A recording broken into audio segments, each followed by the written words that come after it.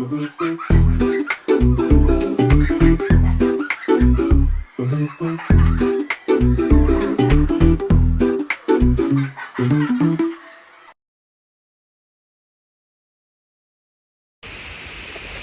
adik-adik, puji Tuhan hari ini kita boleh kembali lagi untuk sekolah minggu.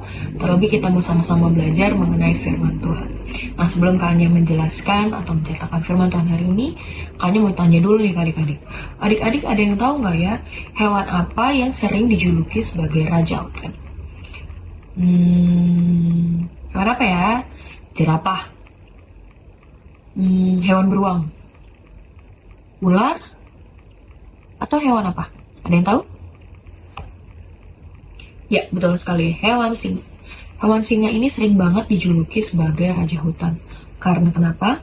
Karena dia memiliki kekuatan yang hebat, memiliki kemampuan saat berburunya juga sangat hebat.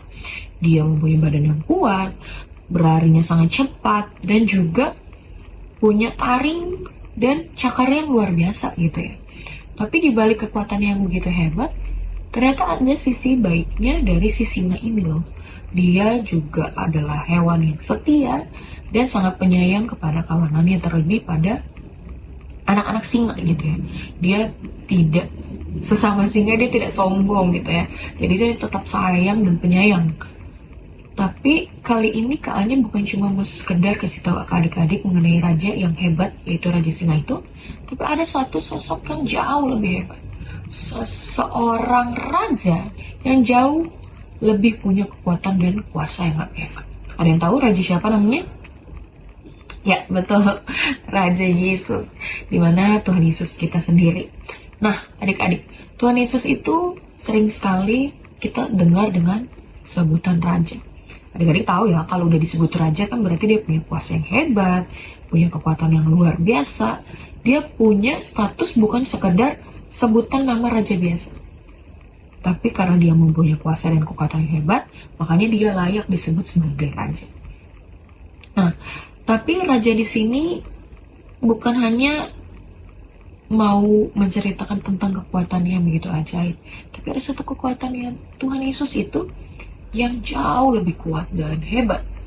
Apa ya kekuatan Tuhan yang paling hebat? Apakah ketika dia menciptakan bumi? Wah, coba nih tadi adik. Tuhan punya hati yang sangat hebat. Sangat besar hatinya Tuhan. Mau tahu gimana ceritanya? Kita baca ya sama-sama di dalam Yohanes 13 ayat 1-17. Judul perikopnya adalah Tuhan Yesus membasuh kaki murid-murid. Kita buka ya adik-adik di dalam Yohanes 13 ayat 1-17. Kita baca sama-sama dari perikopnya. Yesus membasuh kaki murid-muridnya. Sementara itu sebelum hari raya Paskah mulai, Yesus telah tahu bahwa saatnya sudah tiba untuk beralih dari dunia ini kepada Bapa. Sama seperti ia senantiasa mengasihi murid-muridnya, demikianlah sekarang ia mengasihi mereka sampai kepada kesudahannya. Mereka sedang makan bersama dan iblis telah membisikkan rencana dalam hati Yudas Iskariot, anak Simon, untuk mengkhianati ia. Yesus tahu bahwa Bapanya telah menyerahkan segala sesuatu kepadanya dan bahwa ia datang dari Allah dan kembali kepada Allah. Lalu bangunlah Yesus dan menanggalkan jubahnya. Ia mengambil selai kain lenan dan mengikatnya pada pinggangnya. Kemudian ia menuangkan air ke dalam sebuah basi dan mulai membasuh kaki murid-muridnya. Lalu menyekanya dengan kain yang terikat pada pinggangnya itu. Maka sampailah ia kepada Simon Petrus. Kata Petrus kepadanya, "Tuhan, engkau hendak membasuh kakiku?" Jawab Yesus kepadanya, "Apa yang kuperbuat engkau tidak tahu sekarang, tetapi engkau akan mengertinya kelak." Kata Petrus kepadanya, "Engkau tidak akan membasuh kakiku sampai selama-lamanya." Jawab Yesus, "Jikalau aku tidak membasuh engkau, engkau tidak mendapat bagian dalamku." Kata Simon Petrus kepadanya, "Tuhan, jangan hanya kakiku saja, tetapi juga tangan dan kepalaku." Kata Yesus kepadanya, "Barang siapa telah mandi, ia tidak usah membasuh diri lagi selain membasuh kakinya, karena ia sudah bersih seluruhnya. Juga kamu sudah bersih, hanya tidak semua. Sebab ia tahu siapa yang akan menyerahkan dia. Karena itu ia berkata, tidak semua kamu bersih. Sesudah ia membasuh kaki mereka, ia mengenakan pakaiannya dan kembali ke tempatnya. Lalu ia berkata kepada mereka, "Mengertikah kamu apa yang telah aku perbuat kepadamu? Kamu menyebut aku guru dan Tuhan, dan katamu itu tepat, sebab memang akulah guru dan Tuhan. Jadi jikalau aku membasuh kakimu, aku yang adalah Tuhan dan gurumu, maka kamu pun wajib saling membasuh kakimu. Sebab aku telah memberikan suatu teladan kepada kamu, supaya kamu juga berbuat sama seperti yang telah aku perbuat kepadamu. Aku berkata kepadamu, sesungguhnya seorang hamba tidaklah lebih tinggi daripada tuannya, ataupun seorang utusan daripada dia yang mengutusnya. Jikalau kamu tahu semua ini, maka berbahagialah kamu jika kamu melakukannya." Puji Tuhan adik-adik. Nah, dari firman Tuhan yang telah kita baca tadi, dalam Yohanes 13 ayat 1-17, di mana Tuhan memberikan kita sebuah teladan, sebuah contoh pelayanan yang sungguh luar biasa. Pada saat itu Tuhan sudah tahu apa yang ia akan hadapi, apa yang ia akan terima dari muridnya, salah satu muridnya. Ia akan dikhianati. Tapi pada saat itu Tuhan tidak memilih reaksi dan aksi untuk marah atau untuk mencegah situasi tersebut. Karena Tuhan tahu ia akan kembali Allah Bapa, maka ia memilih memberikan contoh atau teladan yang baik untuk kita melalui murid-muridnya. Di mana Tuhan memilih untuk membasuh kaki murid-muridnya. Bukan hanya murid yang tidak akan mengkhianati dia. Dia akan membasuh semuanya. Di situ dijelaskan kaki murid-muridnya, bukan salah satu muridnya aja. Dan pemilihan Tuhan membasuh bukan bagian tubuh manusia yang biasa adik-adik. Bukan hanya membasuh kepala, bukan hanya membasuh tangan. Tuhan memberikan contoh membasuh kaki. Kaki itu posisinya ada di mana adik-adik? Di paling bawah. Di paling bawah dari tubuh kita. Di mana kalau kita tidak menggunakan alas kaki, tentunya kaki kita akan menginjak kotoran. Ketika kita keluar dari rumah, otomatis hal yang pertama menginjak tanah atau kotoran adalah kaki. Jadi Tuhan memberikan contoh di mana ia tidak sombong, dia tidak memilih untuk menyombongkan statusnya. Karena pada saat itu Tuhan sudah tahu, Tuhan diberikan status sebagai seorang guru dan Tuhan, dia seorang raja gitu ya adik-adik. Seharusnya dia di atas dari segalanya, tapi dia memberikan contoh untuk membasuh kaki, di mana posisinya adalah paling bawah, kaki murid-murid. Jadi Tuhan memberikan contoh teladan bahwasanya kita sebagai manusia tidak boleh sombong, dan Tuhan juga memberikan contoh untuk kita melakukan pelayanan. Melayani bukan hanya untuk Tuhan. Betul, memang semuanya adalah dari Tuhan dan untuk Tuhan. Tapi apakah ketika kita melayani Tuhan, kita jadi menyampingkan orang lain? Kita jadi jahat sama orang lain? Kita jadi sombong ke orang lain? Apakah itu disebut dengan pelayanan yang baik?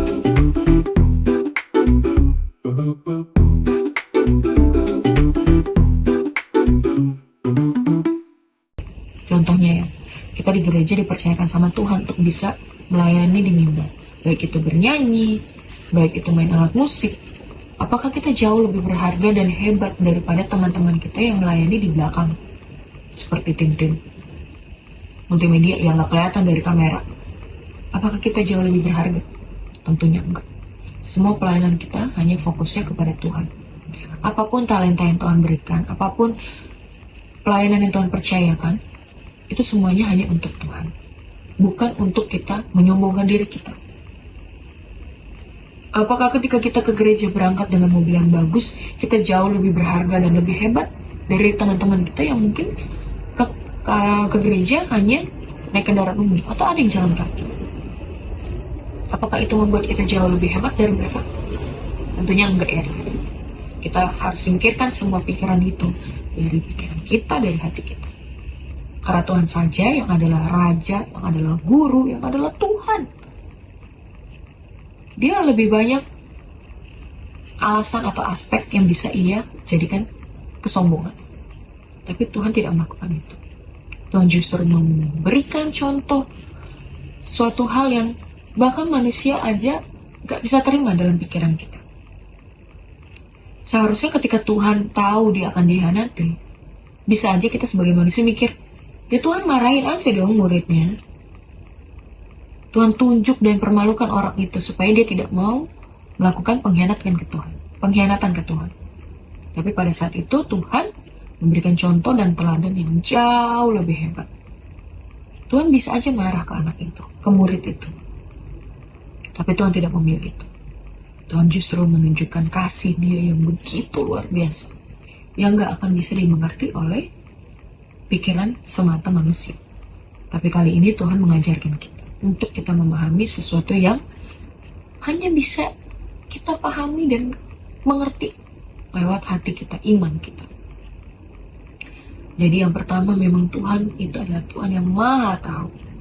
Tuhan tahu segala sesuatu. Ketika Tuhan akan dihianati, bukan Tuhan tidak tahu. Tuhan justru tahu. Makanya Tuhan melakukan teladan atau contoh untuk bisa dilakukan oleh murid-muridnya di hari kemudian gitu ya. Dan salah satu muridnya juga bertanya, Tuhan ngapain sih Tuhan membasuh kakiku? Ya, dia merasa tidak layak karena dia kan murid. Seharusnya murid yang membasuh kaki guru. Tapi ini Tuhan tunjukkan sebaliknya. Seorang guru yang seharusnya berada di atas, dia mau rendahkan dirinya untuk membasuh kaki-kaki muridnya. Pada saat itu Tuhan membasuhnya sungguh-sungguh loh. Tuhan nggak membasuhnya dengan ngedumel, marah-marah. Apakah ketika Tuhan membasuh kaki muridnya, Tuhan kayak, aduh ini kotor banget nih kaki. Enggak ya adik-adik, Tuhan nggak melakukan itu. Tuhan benar-benar membersihkannya dengan baik. Bahkan setelah dibersihkan, dibasuh, Tuhan lap juga dengan kain linen, dikeringkannya kaki itu. Jadi Tuhan memberikan contoh pelayanan yang luar biasa. Tuhan tidak melakukannya dengan setengah hati, Tuhan melakukannya sungguh-sungguh. Tuhan ingatkan kepada kita, kita tidak boleh sombong dengan apapun yang kita miliki saat ini. Karena Tuhan yang punya kuasa lebih hebat aja bisa melakukan pelayanan dengan sepenuh hati. Jadi Tuhan mau kita juga melakukan segala sesuatunya dengan sepenuh hati. Tidak memandang rendah orang lain. Tidak menganggap kita jauh lebih hebat, lebih berharga dari orang lain. Karena semua yang kita miliki hanya dari Tuhan. Jadi Tuhan mau kita tidak memiliki sifat sombong. Lalu yang kedua adalah Tuhan mau kita belajar untuk melayani sesama dengan sungguh-sungguh. Dengan hati yang gembira. Jangan tidak bersungut-sungut. Karena di dalam ayat 17 dinyatakan, jikalau kamu tahu semua ini, maka berbahagialah kamu jika kamu melakukannya. Kamu harus melakukan sesuatunya, pelayanan kamu, apapun bentuknya, dengan hati yang sungguh-sungguh, hati yang penuh sukacita. Enggak bersungut-sungut, enggak marah-marah, enggak punya pikiran kayak, nanti gini, nanti gitu. Enggak. Pelayanan kita sungguh-sungguh didasari karena kita mau menyenangkan hati Tuhan. Bukan karena kita mau pamer. Suara aku lebih bagus nih dari si dia. Talenta aku dalam bermain musik jauh lebih hebat dari dia. No, adik-adik. Adik-adik harus hilangkan rasa itu, hilangkan pikiran itu.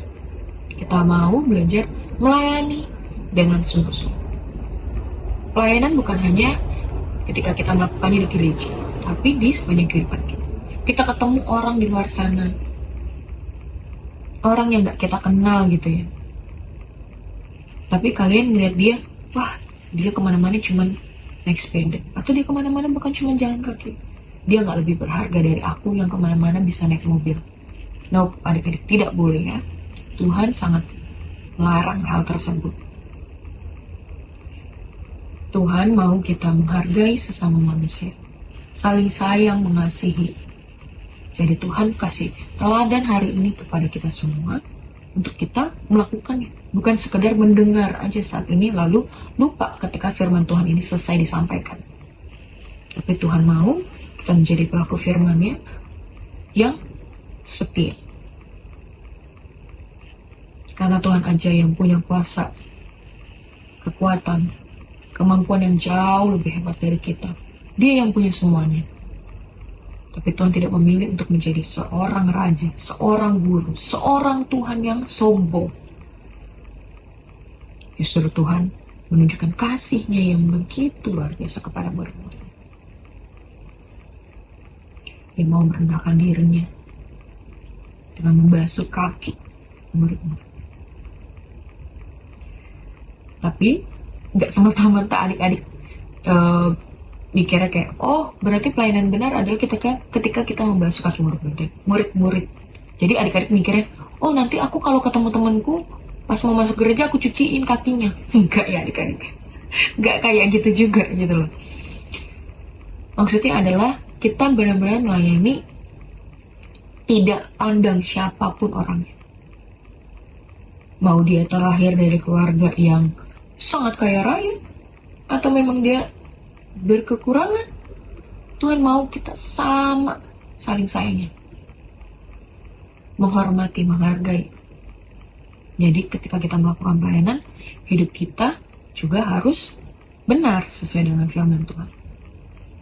Tuhan mau kita semakin dekat sama Tuhan. Lewat firman ini kita sama-sama belajar bahwasanya Tuhan adalah Tuhan yang tidak sombong. Meskipun statusnya Tuhan adalah seorang guru, seorang raja, tapi Ia mau memberikan teladan, contoh yang luar biasa. Jadi mulai saat ini kita mau sama-sama belajar untuk memberikan hidup kita jauh lebih baik lagi untuk Tuhan. Gimana caranya? Tentunya dengan kita terus baca firman Tuhan, terus kita bertanya sama Tuhan, maunya Tuhan dalam kehidupan kita itu seperti apa.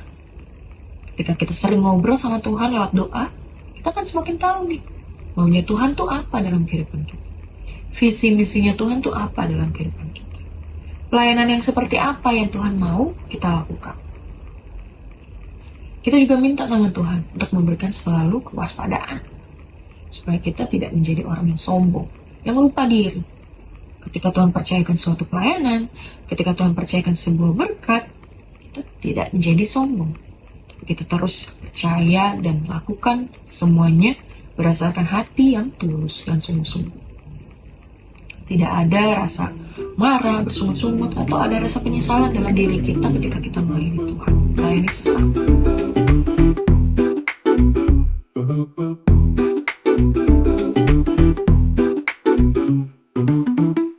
Jadi adik-adik, kami harap firman Tuhan hari ini bisa dimengerti adik-adik dan bisa tertanam di hati dan pikiran adik-adik, untuk kita bisa menjadi anak-anak Tuhan, murid-murid Tuhan yang mau setia dalam melayani dan juga punya sifat yang tidak sombong, tapi boleh saling mengasihi, saling menghargai bagi sesama kita semua. Itu hanya sudahi firman Tuhan hari ini. Kita bersatu di dalam doa. Kita lipat tangan, tutup matanya, tundukkan kepala. Tuhan Yesus yang baik, terima kasih Tuhan untuk firman-Mu yang Kau berikan bagi kami.